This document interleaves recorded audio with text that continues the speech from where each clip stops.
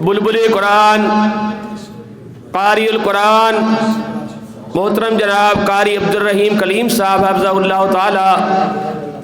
اب بغیر کسی تاخیر کے سب سے پہلے میں اپنے علماء کرام شیر پنجاب مولانا منظور احمد صاحب، محترم جناب سید ضیاء اللہ شاہ بخاری صاحب اور دیگر احباب جو تشریف لائے ہیں، میں انہیں خوش آمدید کہتا ہوں، اہلا و سہلا و مرحبا کہتا ہوں،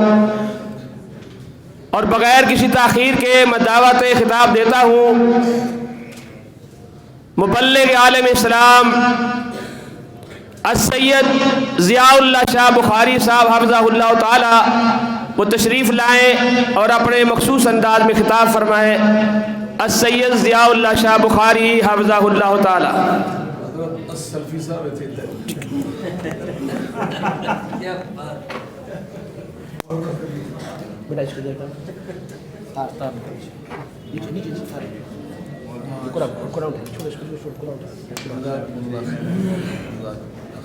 ماشاءاللہ سہولت پیدا کرتی ہے سلفی صاحب، جزاکم اللہ خیر۔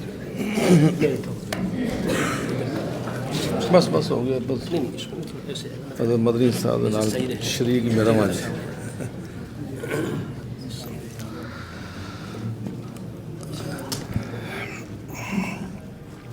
السلام علیکم ورحمۃ اللہ وبرکاتہ۔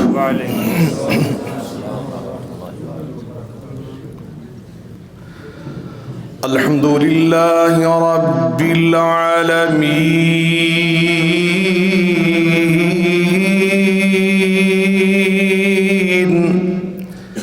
والصلاة والسلام على سید المرسلین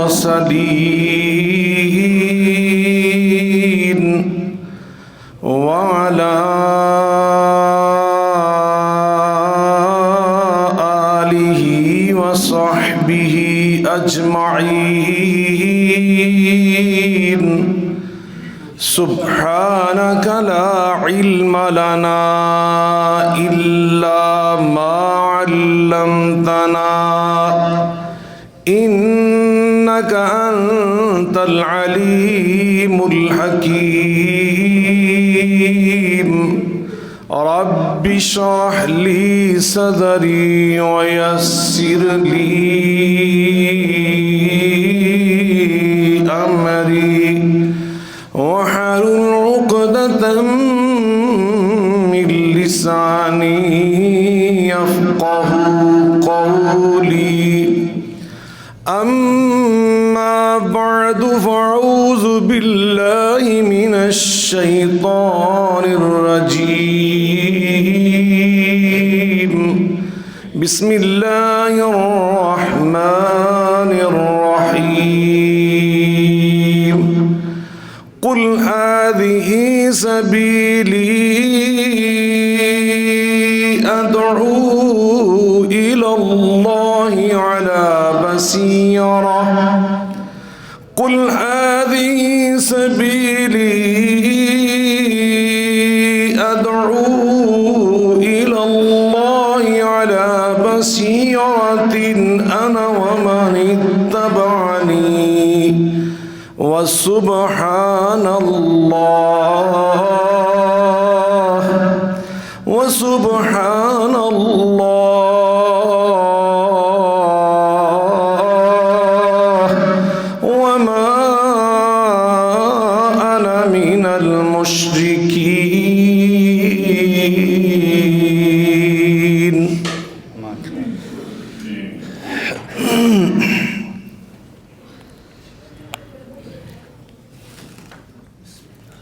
ہر قسم کی حمد و ثنا اللہ رب العالمین کی ذات بابرکات کے لیے، بے شمار درود و سلام ہم سب کے ہادی و رہنما جناب محمد مصطفیٰ احمد مجتبیٰ صلی اللہ علیہ وعلی آلہ وسلم کی ذات گرامی پر ہوں۔ صدر ذی وقار، اساتذہ کرام، علماء، مبلغین اعظام، عزیز طلباء، میں سب سے پہلے اللہ رب العالمین کا بے پناہ شکر ادا کرتا ہوں کہ جس نے مجھے توفیق عطا فرمائی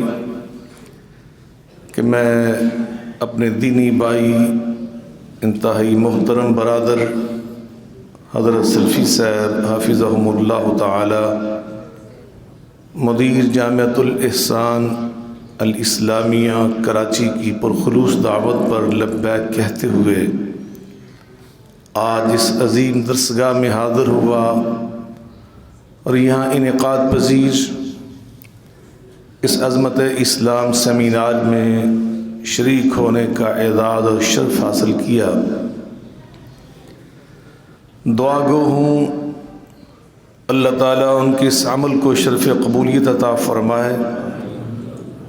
جن نیک پاکیزہ اعلیٰ مقاصد اور اہداف کے حصول کے لیے اس پروگرام کا انعقاد، اہتمام اور انتظام کیا گیا ہے، اللہ تعالیٰ اپنے فضل و کرم کے ساتھ وہ تمام مقاصد جلیلہ پورے فرمائے۔ اب یا مجھ سے قبل اخی المکرم فضیلت الشیخ مولانا قاری عبدالرحیم کلیم صاحب حافظہ اللہ تعالی سے بہت ہی حلاوت سے پر اور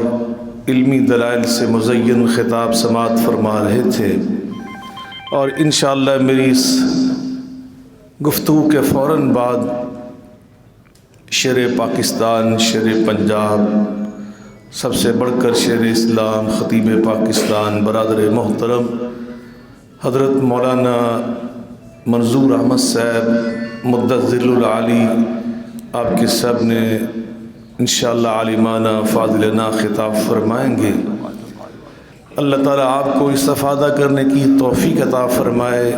جو بیان کیا جائے سنا جائے اللہ تعالیٰ ہم سب کو اس کی نیکی عطا فرمائے۔ بلا شبہ حضرت قاضی صاحب بہت ہی اچھے انداز سے ایک دینی درسگاہ کی مناسبت سے گفتگو فرما رہے تھے، اور میں نے ان کی گفتگو کا آخری حصہ سن کر یہی فیصلہ کیا کہ میں انہی کی بات کو آگے بڑھاؤں تاکہ مجھے تمہید باندھنے کی ضرورت پیش نہ آئے، اور بات اختصار کے ساتھ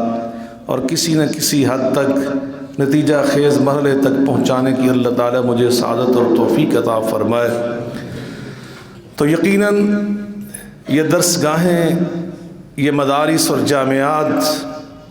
یہ فریضہ انجام دے رہے ہیں کہ ایسی کھیپ تیار کی جائے، ایسے لوگ تیار کیے جائیں کہ جو دعوت حق لے کر، جو اللہ کے دین کا پیغام لے کر دنیا بھر میں پھیل جائیں،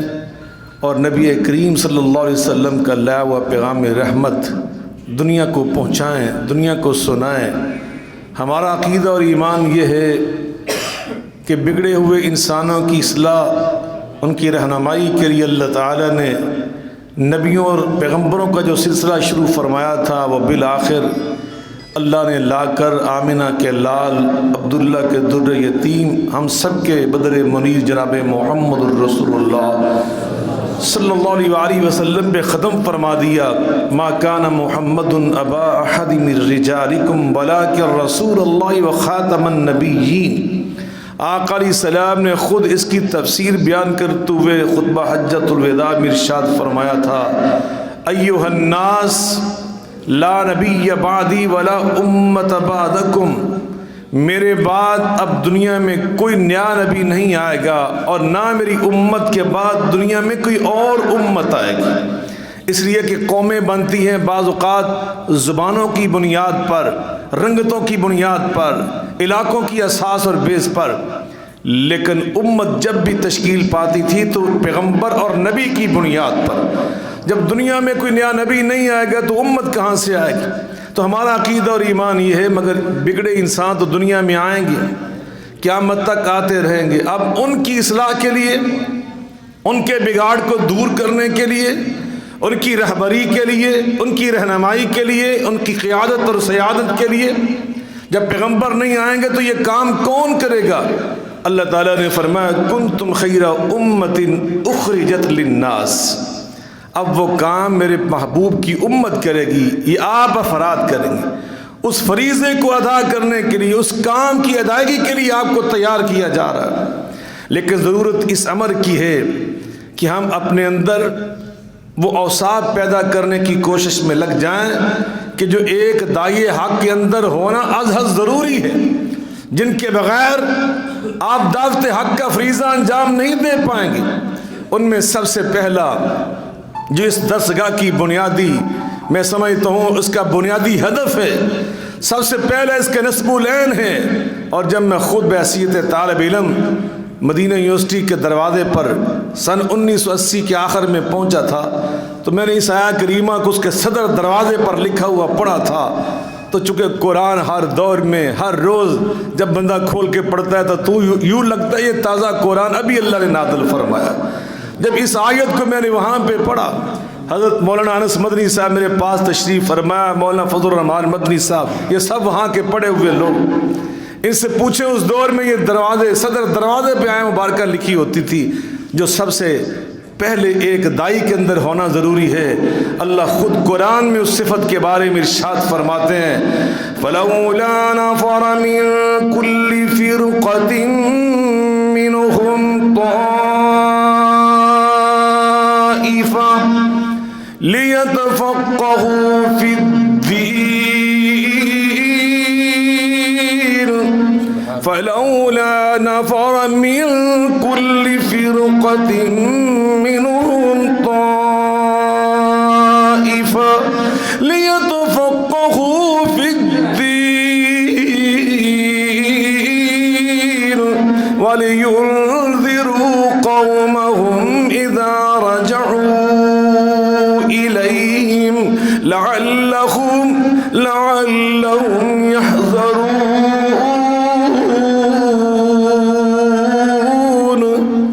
اللہ تعالیٰ فرماتے ہیں